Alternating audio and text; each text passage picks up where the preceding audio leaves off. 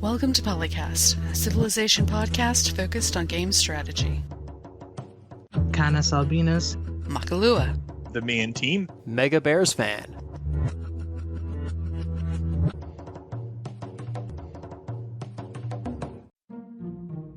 Okay, should I start then? Yep. Happy Saturday morning, Internet, and welcome to the PolyCast episode 405. I am one of your regular hosts, MegaBearsFan, joined as always by CanusAlbinus. It's not morning for me, but then again, it is also, not Saturday.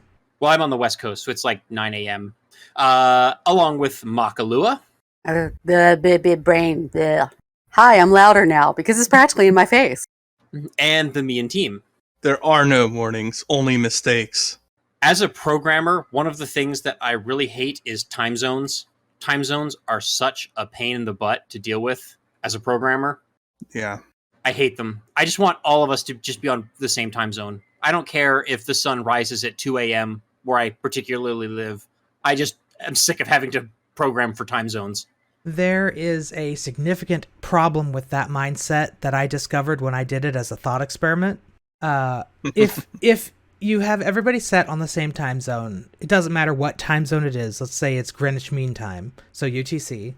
If you're going to talk to somebody in, say, America, it'll be the same clock time, but the actual time of the day will be undistinguishable using the clock time, which means that you won't know if you're calling in the middle of the day or not, or if the middle of the night.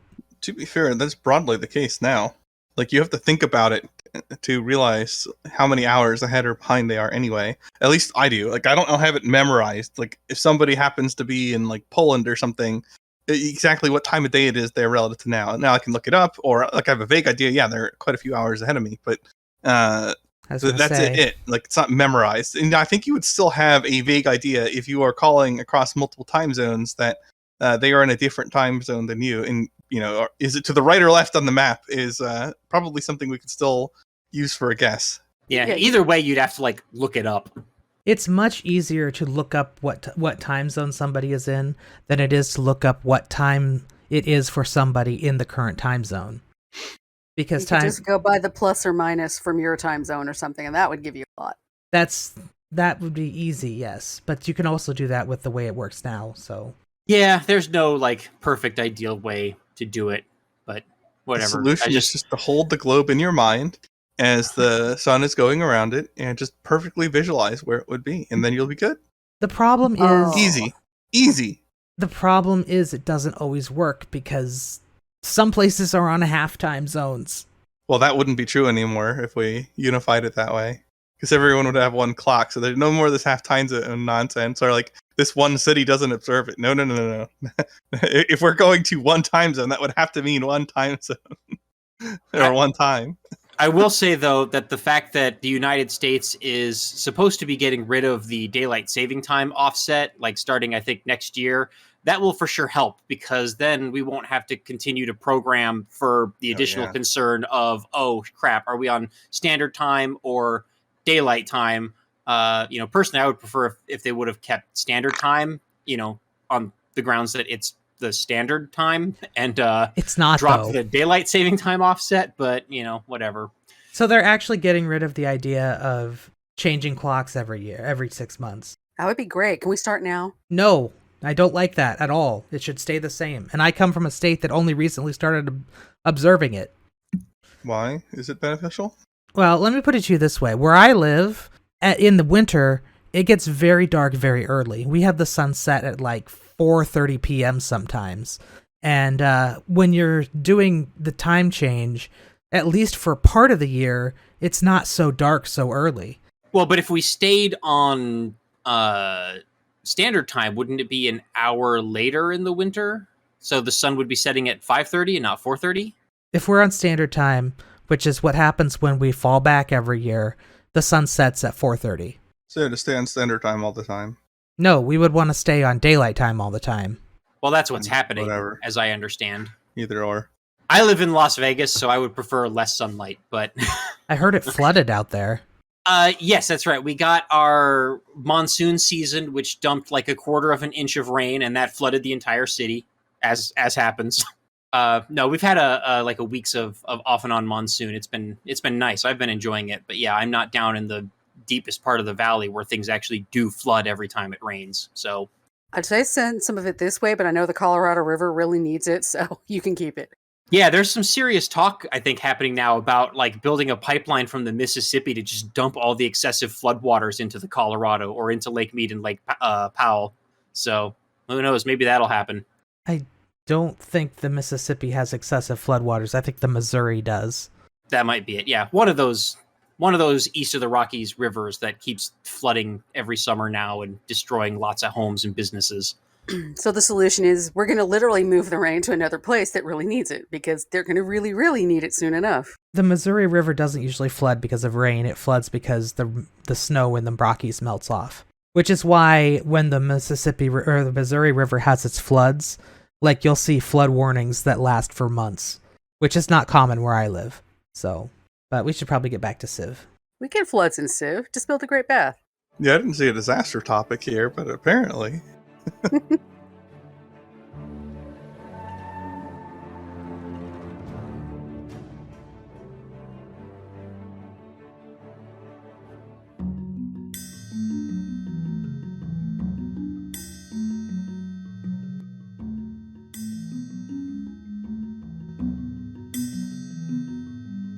For those of you who are not in the Kickstarter know, Christopher Tin has announced a new album. It's called The Lost Birds, and it's about extinction, which is a really exciting topic. I'm sure everyone loves that. But he's released the first song. Of course, it's a Christopher Tin song, so it's very beautiful. But he's still up to doing good music stuff, and we should celebrate that. Agreed. I hope Firaxis keeps contracting him to do tracks for their games. Or at least one track for each game. That's really all it needs. Yeah, yeah, definitely. Because also, as we discovered with Civ 6 in particular, Firaxis' in-house composers and musicians are also quite good, because Civ 6's original soundtrack is quite phenomenal. I don't think there's a single piece of Civ 6 music I don't like, except for the auto-tune Shaka. That one I really don't like, but...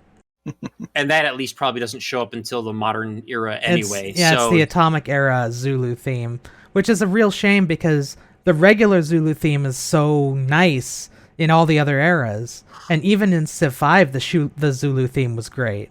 But then they auto-tuned it and ruined it. The best part of Civ 5 was when he declared on you. Yeah, I Or remember. you declared on him, either way. You go the war music for Zulu and Civ 5. I had a lot of gripes with Civ 5, obviously, but the music was not one of them. Civ 5 had a lot of good tracks. Civ 4 also had good tracks, except for The People Are the Heroes now. Yeah.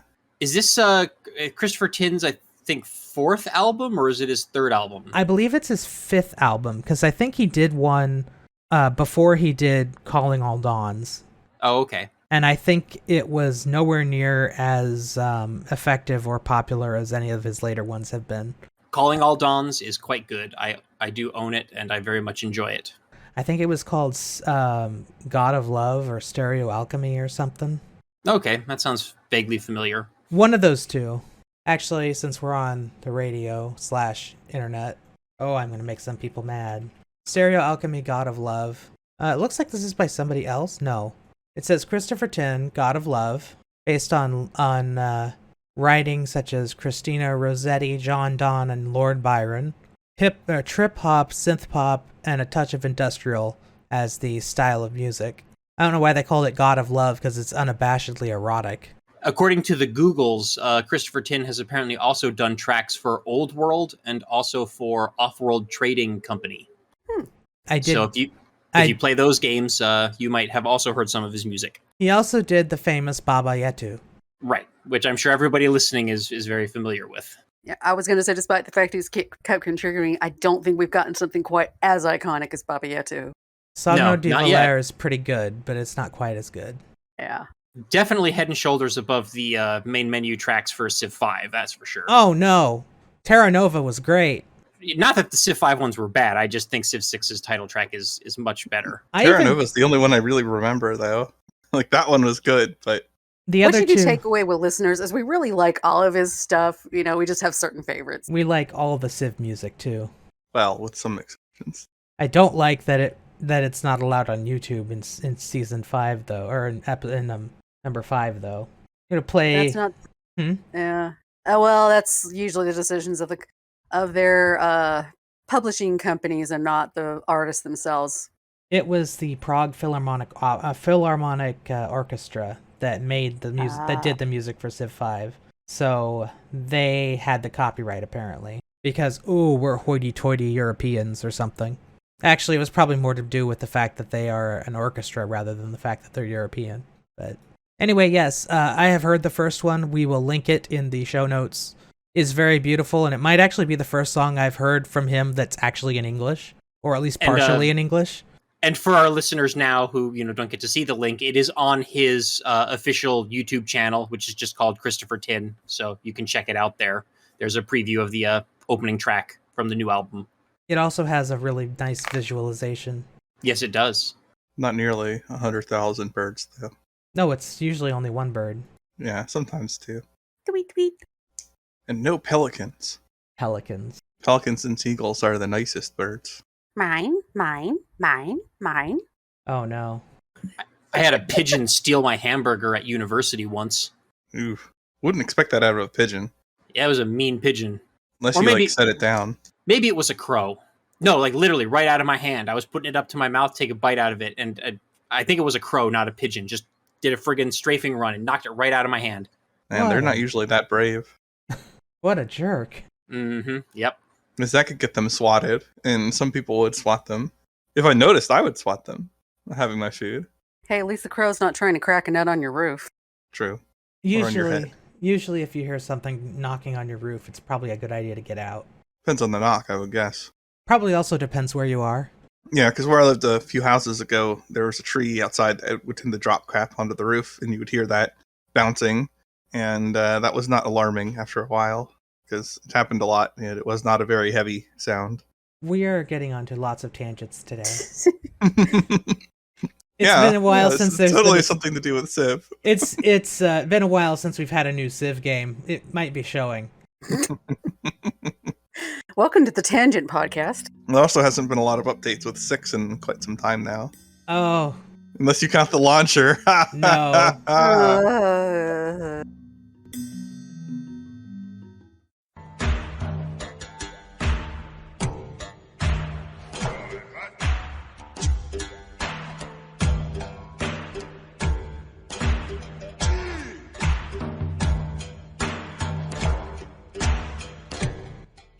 So would Well, you say this speaking of game is six. broken?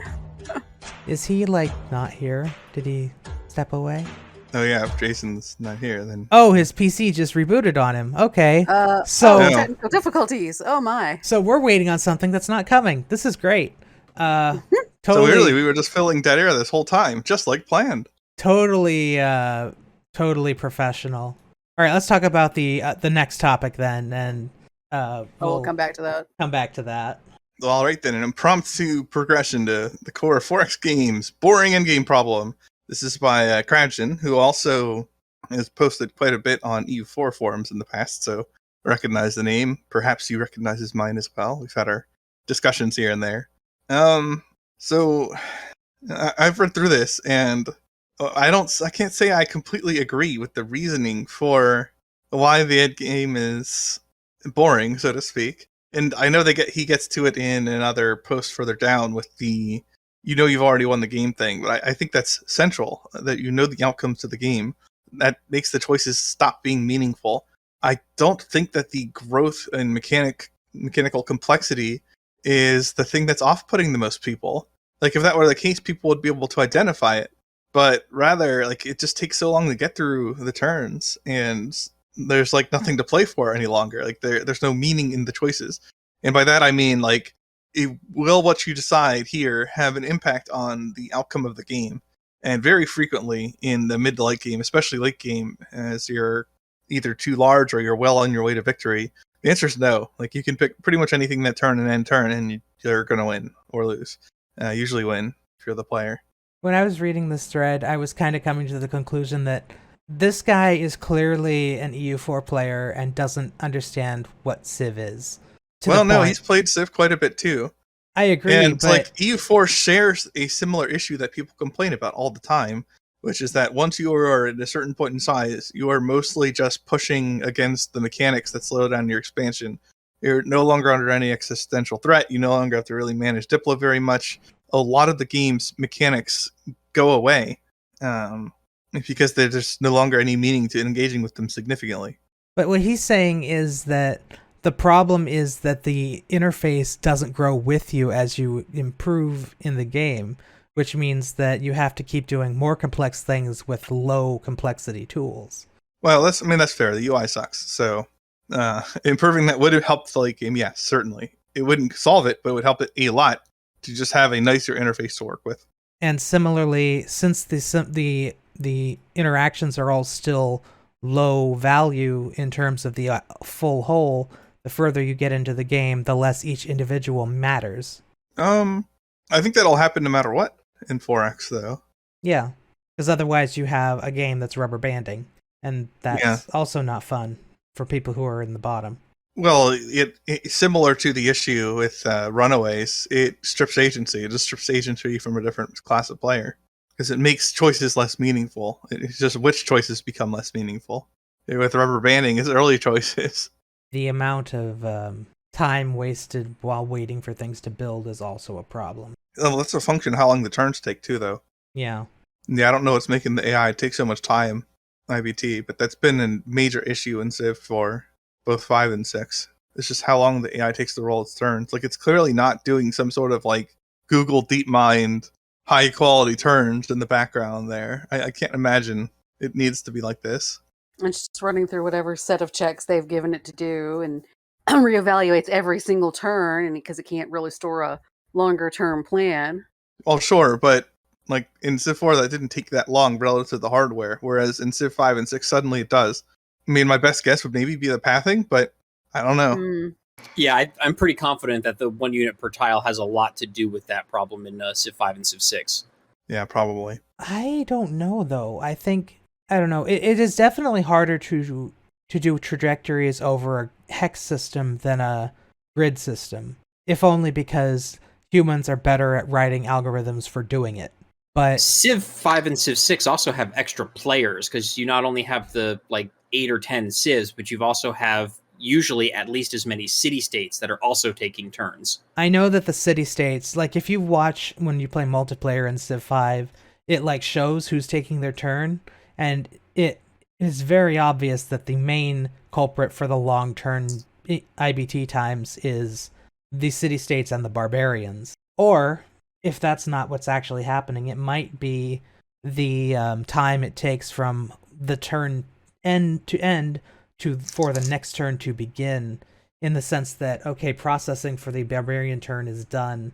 Now we're going to move on to the player's next turn, and maybe it takes a little bit of extra, or a lot of bit of extra processing time to actually increase the turn counter and all the things that are associated with that.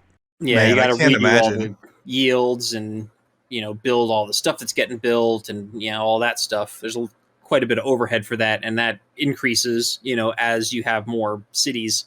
I can't believe that's a significant source relative to the amount of time it takes between turns. Well, I remember That's probably only a couple seconds tops, 1 to 5.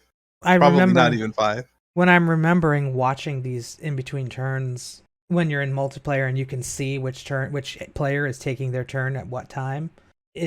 As far as when I remember seeing it in Civ 5, you could always see which AI was moving at what time, and that was always on the Enter the Renaissance map in Gods and Kings, which was way too many civs on the same map. You could see each civ take their turn.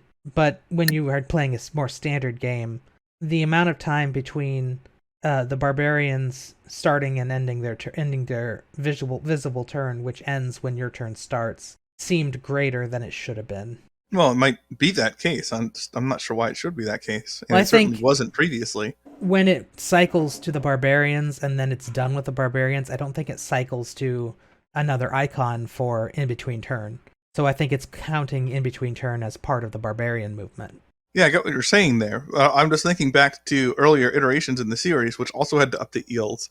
It had to update trade routes in a way that's more complex on the IVT than caravans, and had many times the number of cities.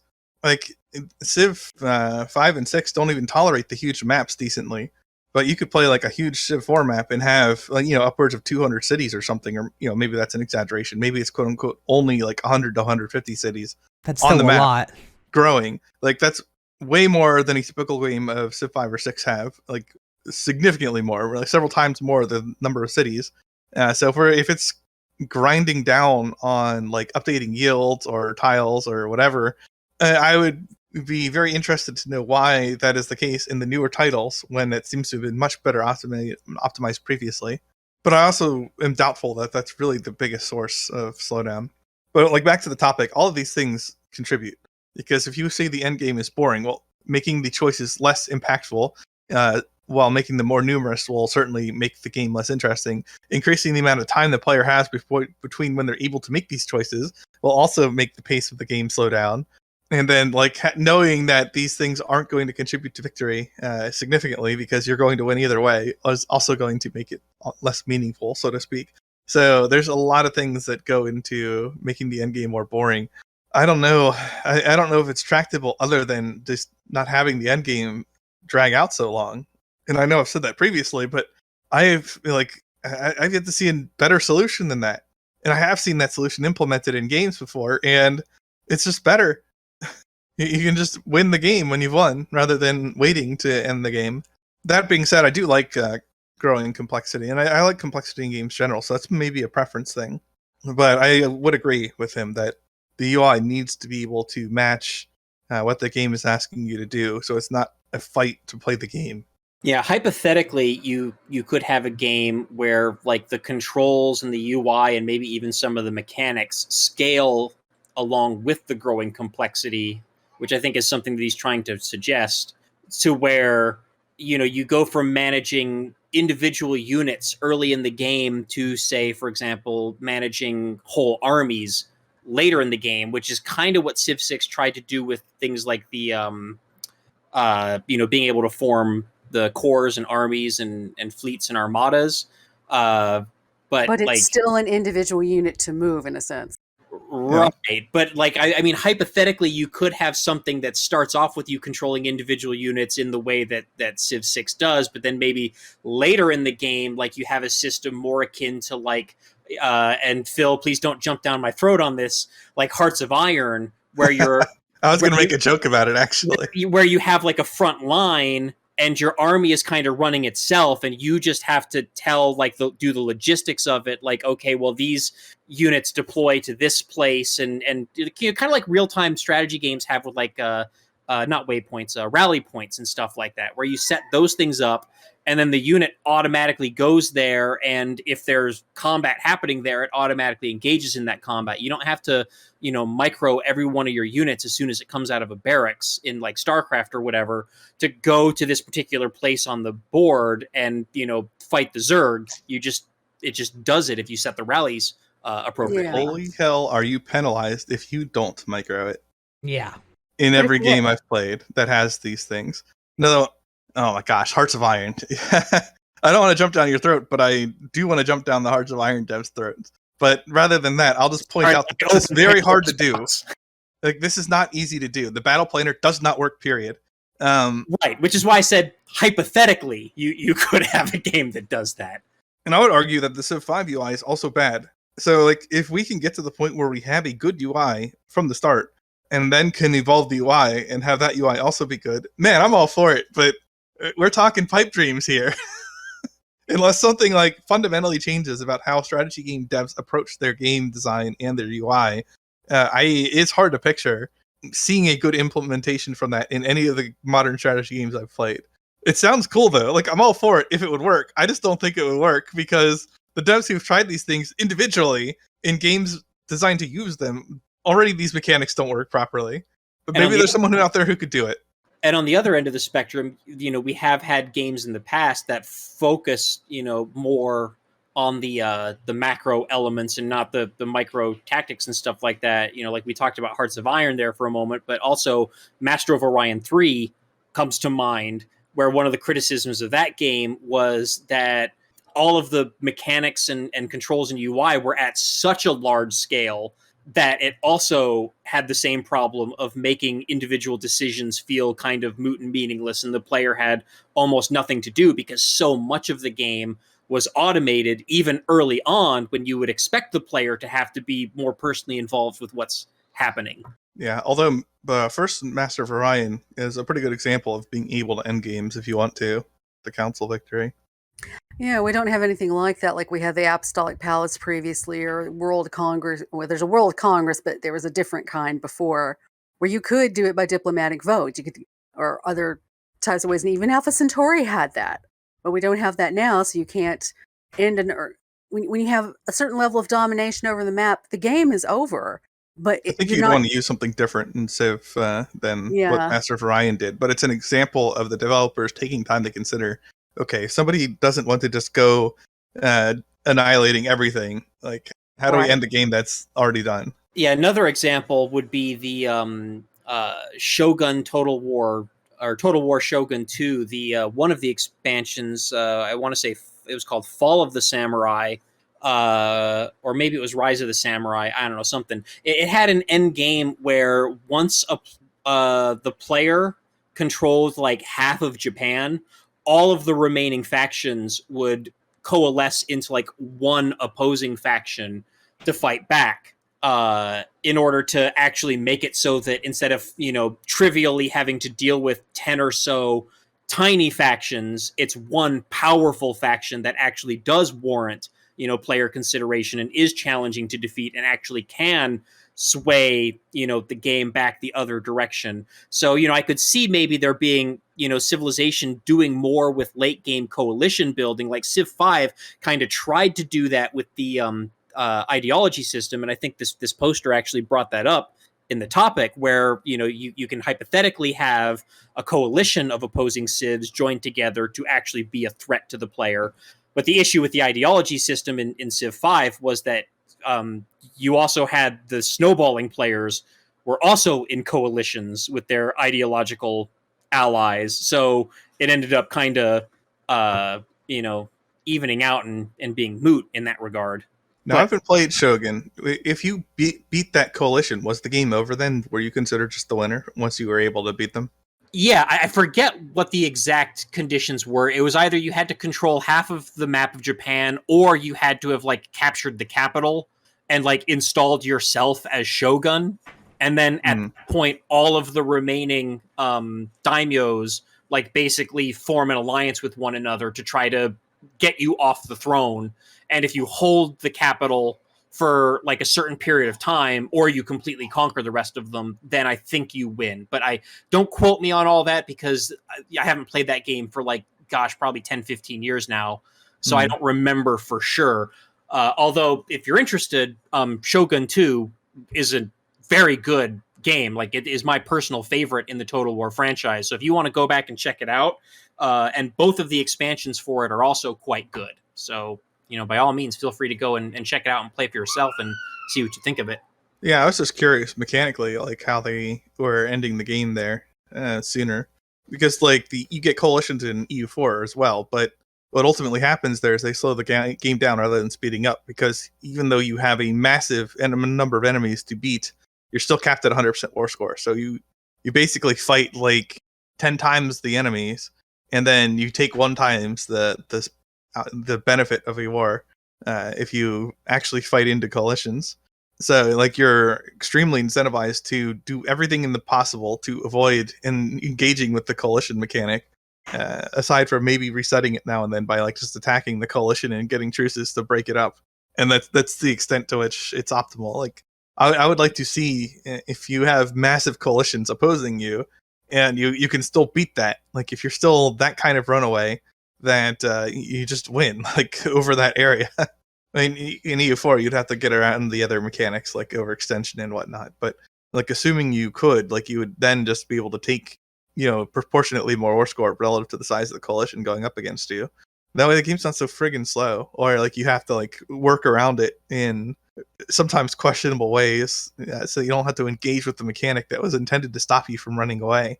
Because that's how all the great players do it. They just don't engage with the coalitions. They manipulate the game such that they don't have to deal with them. But it doesn't make it less of a grind. If you watch how long those runs take, they're not quick. No, there's a lot of time spent trying to balance, okay, exactly how much can I take in this particular war to not get coalition? And now that I've done on They this just take side of the map, everything. It's truce locking. If there's like a little bit of alliances to shield aggressive expansion a little bit, and then mostly they just take things like way too rapidly for the AI to react, and then once they start reacting, just declare more. And by then you're too strong, so the coalition won't form because you have too many units. And then also looking at other examples from within the Civilization franchise itself, we have, I would say, a bad example in Civilization Colonization, or at least the Civ 4 version of it, where you get to the end game and then suddenly you have to fight your Revolutionary War against the European motherland, and it's just a different game now than the game you've been playing for the previous, 10 or 20 hours or however the heck long it takes to play the game. Yeah, you were exploring the map and building up colonies, and now suddenly it's Hearts of Iron. Yeah, you trip over an arbitrary threshold of Liberty Bells or whatever, and then suddenly you have to fight off this, massive invading army, even if none of the game up to then had involved building units or fighting wars at all. So, yeah, that's a bad example of trying to shake up late game gameplay and I mean, it was different, but at the same time, this is not the game you came in expecting to play. Right, exactly. And there's no negotiating with, the European homeland. It's you have to fight the American Revolution. It doesn't matter if you're playing as the Spanish colonies or the Dutch colonies or the French colonies, not all of which had to fight a war to gain their independence. I mean, sure, some of them had to wait until like the 1980s to have it happen peacefully, which is well out of the scope of the game. But like, still, it's like, yeah, you're playing this little, logistics and trade good manufacturing game, and then all of a sudden it becomes this like massive war game, and it's not particularly good at being that. So yeah, don't do stuff like that either. If you're going to try to shake up the gameplay with some kind of like coalition or late game threat, definitely try to make it some kind of emergent thing that comes out of the rest of the game, not just something that feels like it comes out of left field. Yeah, because that was the thing with colonization. You could have gotten along with your motherland this entire time, but you tripped that threshold. Suddenly, revolution! But we were getting along. It doesn't make sense that you couldn't negotiate the diplomatic version of a revolution. We'd like to be independent. Can we work towards that? Nope, you got to fight. Exactly. We'd love to keep selling this silver and tobacco to you, but whatever. No, you know what? No, it's not that kind of a swap. The other way they could have handled that is to just put some fighting against other people into the game earlier and made it more obvious that that's what you were going to be encountering at the end of the game. Yeah, like maybe they could have had some system where, like, in the mid-game, maybe some of the native tribes all band together and become a military threat, so you actually do have to build a military to fight off them. Well, you can fight or other colonies. You can fight off the other colonies, too. Yeah, there's that, too. Yeah, the issue with at least with the Civ 4 version of colonization was there were only 4 colonies in the game, and if depending on the size of the map, like, the other 3 colonies were completely moot on certain sized maps because you just never interacted with them at all because they were so far away. Yeah, well, I mean, they could have designed it so that there was gameplay benefit to contesting them or whatever. Yeah, or had more colonies so that the map actually fills up with rivals that are, at the same level as you. Yeah, go beyond the normal historical suspects and like throw in some extras. Maybe have Portugal. Yeah. Mm. Or they also what did they have? They had what? England, France, Spain, and what? And I think the Dutch Netherlands. Mm-hmm. Yeah. But each of them so definitely could throw in Portugal. Each of them also did have multiple leader avatars. So hypothetically, they also could have just had there be multiple English colonies or whatever with each of the different leaders that potentially can fight against each other as well. No, we need to go all out with like nonsense and throw in like Irish colonizers, Scottish colonizers, and then how about What's that? That one from the Baltics? What was it? Norway or Riga? Riga, yes. Well, also Norway, of course. But yeah, I was thinking about Riga. Norway. Norway still exists, so it's a little easier to come to mind. And yeah, they definitely should be in if you're going to throw an extra. The joke here is that in the new patch of EU4, they're adding a tree for Riga, which is, I believe, the capital of Latvia. And in EU4 is a one-province minor, and they're giving it a tree to become a colonizer. I think there is some historical basis for that area of the world trying to make colonies, actually. Like, that was a thing, sort of like the Scottish attempted colonies. Didn't go particularly well for them, but they tried. So you have like some basis to throw these folks in, just as just so you have more options in the game. The Scottish expedition was mostly a single guy, and he was a con artist. Yeah, But it would still be great. It would be great to have that in the game, especially if the behavior of that colony was a nod to that historical truth. There was no colony there, though. Well, there would be in the game, and it would be led by someone who is a little bit less trustworthy than everyone else. Like, I think stuff like that would be great for games. And sort of a what if anyway. Like, the whole point of this is a what if, where you're like messing around with not quite realistic mechanics that are inspired by actual history in some way. So, like, if we're gonna do a what if on this colony game anyway, we can bring in stuff like this. You can bring in the con artist, like, actually making a colony, or having the colony be, like, in a terrible state because it's underfunded, or whatever you want to do with it. But, like, actually make it exist and interact with the other colonies. It'd be great. Challenge mode is winning with them. Or maybe not, because your motherland would be weaker, too. The Curonian colonization of the Americas, performed by the Duchy of Courland, now Latvia, had a colony... that was the one I was thinking of, actually.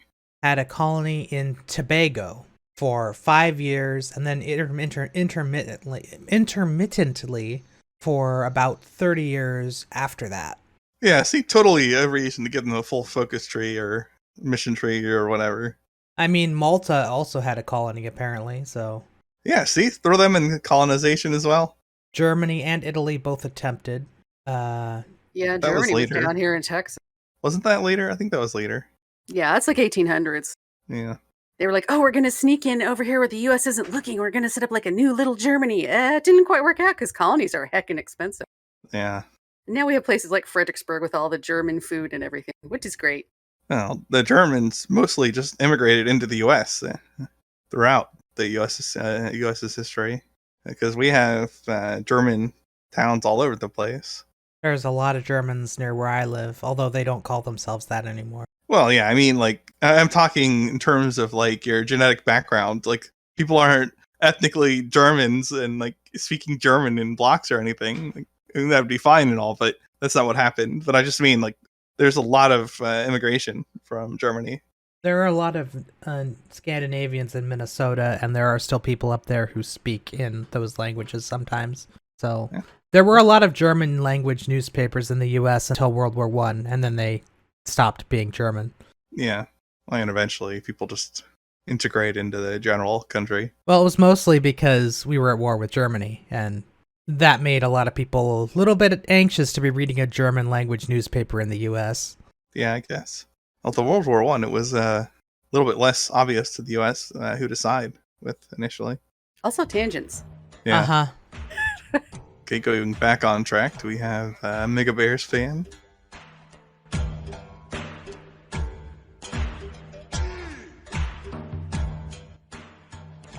Yeah, what topic are we doing next? Because my computer... Well, we skipped yours. We skipped yours because you had the crash. All right, are we coming back to that now then? Yes. Yeah.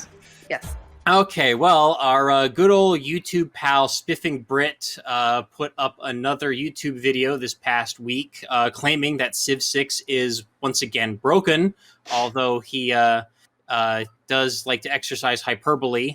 In this case, he's playing a marathon game with China and showcasing that China's actually really dang good on a marathon game. They're not that great on the shorter length games, but on marathon, their bonuses make a huge difference. And I think he ends up winning the game in like 250 or 260 turns or something like that. in Marathon. Yeah. Yeah, and he Which- gave the comparison for how much shorter that was. It was like 1/16 the time. Like, think about 1/16 the time if you were playing like a game at quick speed. It would It's be 40 like turns. Yeah, it's ridiculous. And it's Yeah. also completely by accident. He wasn't even trying for that victory. Although Right. that He's like, said, "Wait, the game what?" scaling in general, like he skews towards marathon. Obsolete back in the day of Civ 4 would always call them speed cheats because of that, which upset some people, which made it fun. But that aside, just broadly speaking, most wins on marathon and any Civ that I know of will be biased towards earlier as a ratio of the maximum number of turns than faster speeds. Just no matter what your victory condition, as long as you're like trying to optimize for winning the game on any particular victory condition, you're going to be faster, so to speak, on marathon relative to the total turn count. Right. And the reason for that, or one of many reasons for that, is because playing on the slower game speeds does not do things like make the distances between locations any further or slow down the movement or combat capability of troops. So Yeah. you still fight like wars, move units and fight wars at the same speed, not relative speed, but at the exact same speed as in quicker game speeds. So, you know, if you want the game to take longer, you would probably play on a larger map with more civs. But like the distance units travel is exactly the same. So Yeah. you can, especially if you're doing like a conquest victory, like, yeah, it's going to be way quicker, like assuming you don't have to just wait until you unlock ocean travel or whatever in order to cross the seas, just simply because your armies perform at the exact same speed as they would. The only real issue is, of course, if you're losing units, it takes a lot longer to rebuild them. But, of course, if you're playing against the AI and you're probably killing 10 AI units to every one of yours, assuming you're losing any at all, that just further advantages you because the AI is not going to be able to replace those units in a timely fashion. So, yeah, I mean, effectively compared to a normal speed, if it's 3 times the number of turns, the military will fight and heal at triple the speed relative to normal games. And that also means that the ground they cover relative to the AI tech base is much faster. So, yeah, it just winds up being easier to win. right, you games. actually get your advanced units to the into the front line and fight and conquer things with them before they become technologically obsolete in epic and marathon games.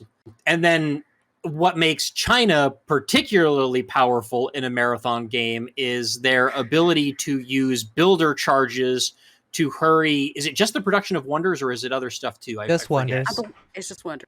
Yeah, just wonders. So each builder charge is 15% of the total production cost of the wonder, which on marathon game speeds is a lot. And that means that you're building any wonder in 7, is it 6 or 7? 100 divided by 15? 7. In 7 turns. And on marathon speed, like actually building a wonder is going to take probably 60 to 100 turns. But with China and builders, you can do it in 7. And building a builder is not going to take 60 turns. It even in a, you know, not great city, it's probably going to take like 20, 30 turns. But I think Spiffing Brit had his capital popping builders out in like 6 turns.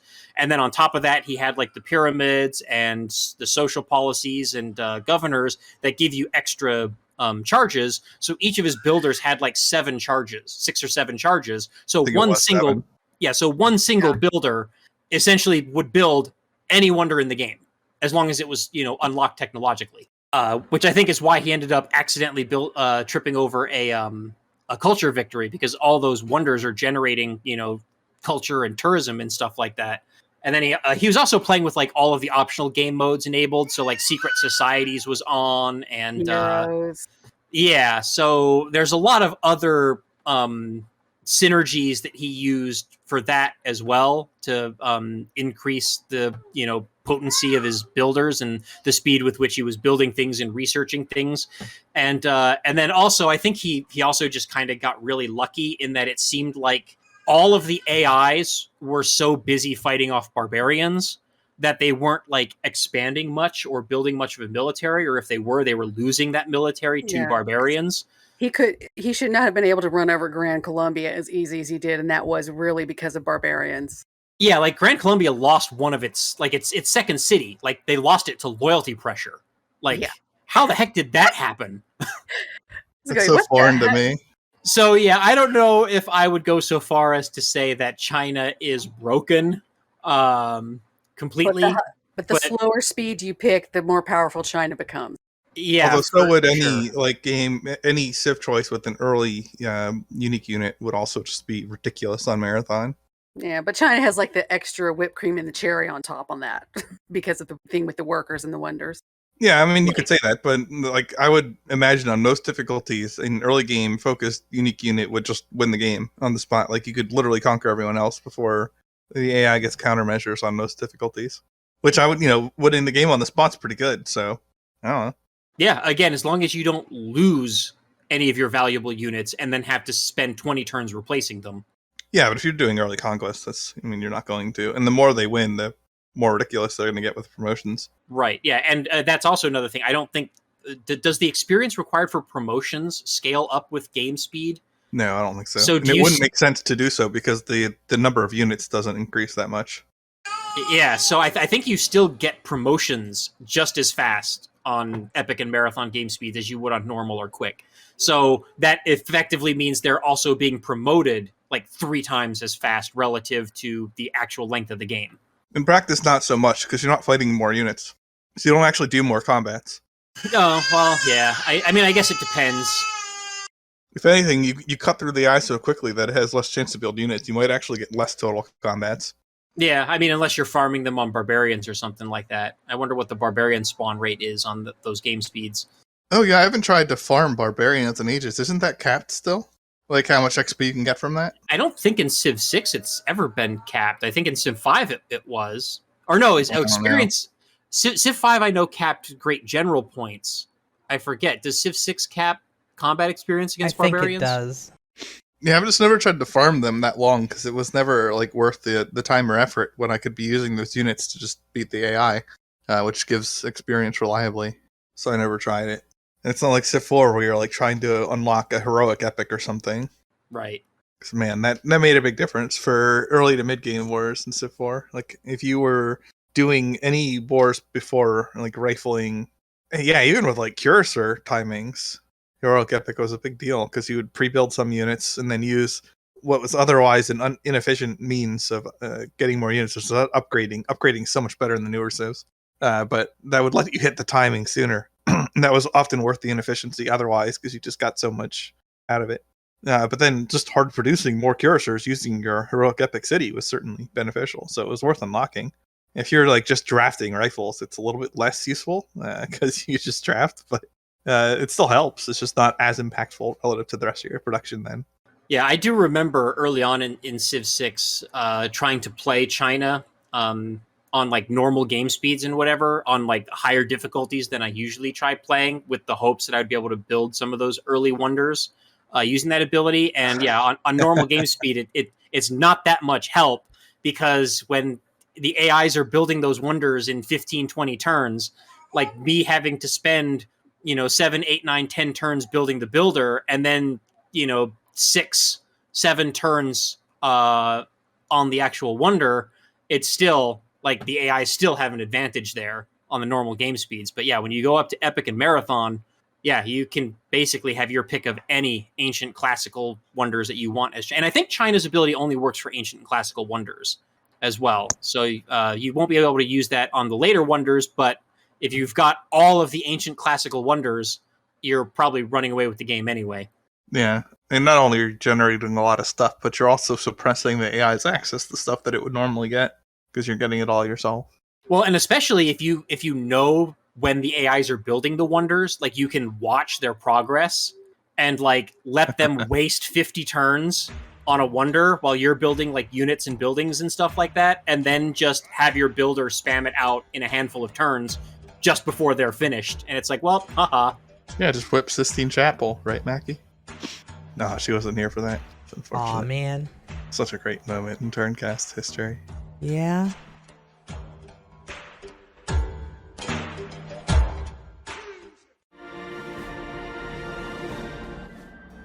Well, that leaves us in a pickle because I think we want to skip the last 2 topics due to time concerns. So, Yeah, well, one of them was her topic anyway, but yeah, I guess Yeah. you also had her on the outro. this has been episode 205 of PolyCast. You mean 405? What did I say? You said 205. Okay. That was a little while ago. I think, yeah, it's 405, not 205. I feel better. I'm not doing that good, apparently. I am CanusAlbinus. We're joined with Makahlua, who appears to have stepped away for a moment. TheMeInTeam. Whee! Oh, take the wonders by force. And, oh, there's Mackie. Oh, hi. Sorry. We're just finishing up because we don't have time for the last 2. Oh, okay. Well, that's So, good. say goodbye. Say goodbye. Bye-bye. And, okay, and MegaBearsFan. Auf Wiedersehen. Coffee. Coffee. Mm-hmm. Civilization. Whoops. This is not good. I apparently have lost my train of thought.